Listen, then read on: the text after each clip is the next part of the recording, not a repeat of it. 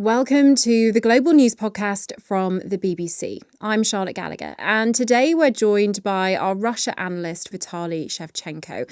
And Vitaly, a Russian warship has been carrying out drills off the coast of Britain. This isn't the first time this has happened. So what's going on? Well, first off, I'd like to reassure you, Charlotte, that Britain is not about to be invaded by Russia. At least I don't really see what happened on Monday as a sign of a possible Russian invasion.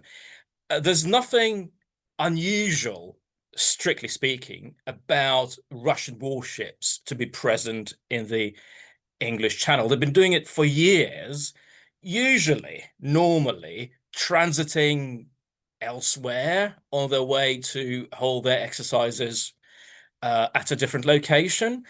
What makes this incident much more serious is the fact that this warship, the Neostrashimy, or the Indomitable in Russian, decided to hold live fire exercises just 40 nautical miles south of Plymouth.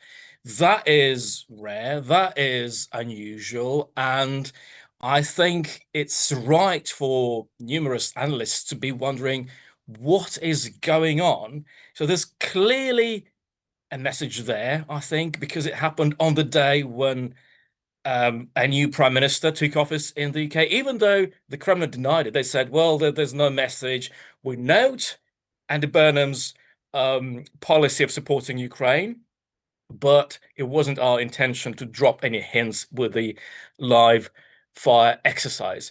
So why do they do it? Well, it's part of what's called military posture.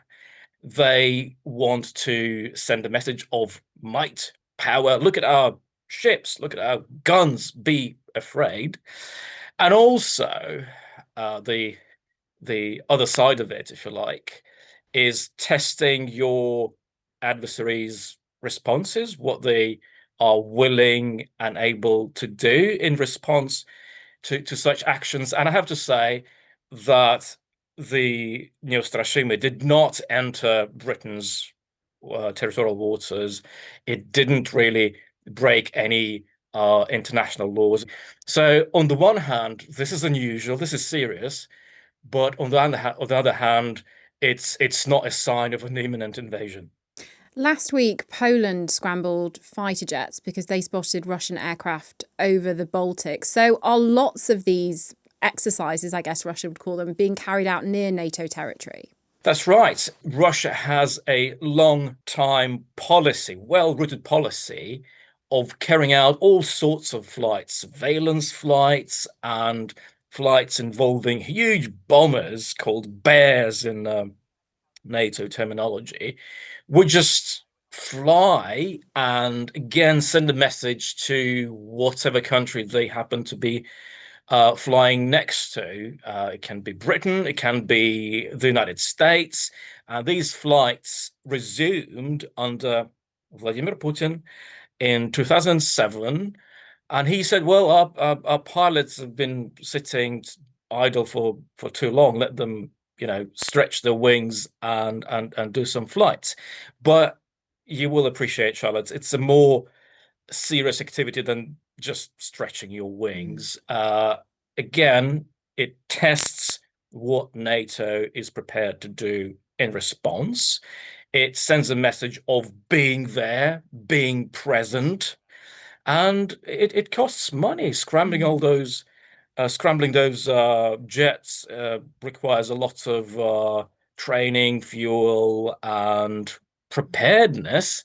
So NATO air forces, they've got to be prepared as well, looking at the skies, searching for those Russian bears. Do other countries do this? So would Moscow say NATO is holding exercises too close to Russian territory, for example? Oh, everyone does it. No military in the world worth their salt is sitting at home, twiddling their thumbs, waiting for that knock at the door from whoever they consider to be their enemies or adversaries. NATO conducts exercises in the Arctic and the Baltic. Before the war in Ukraine, they held exercises called Sea Breeze in the Black Sea. Of course, whoever is watching these exercises, other countries from adversaries, they're not going to be happy. They will make upset noises. It's part of the course. It's a game, if you like, played by militaries across the world. Naturally, when it comes to Russia, again, it's different because there are exercises, there are messages, there are signaled intentions and threats, and there are real invasions. And Russia, as you will know, is involved in a very real, long-running, lethal invasion. That's why when people see all these exercises involving Russia and these flights and just Russian ships involved in activities that seem suspicious, they are concerned that Russia might be up to something. I'll give you an example. Earlier this year, the then British Secretary of Defense, John Healey, he said that Russia was involved in suspicious activities around pipelines and cables on the seabed near Britain. And it's true that the Russian Defense Ministry has a special department called GUGI, which stands for Deep Sea Research Department.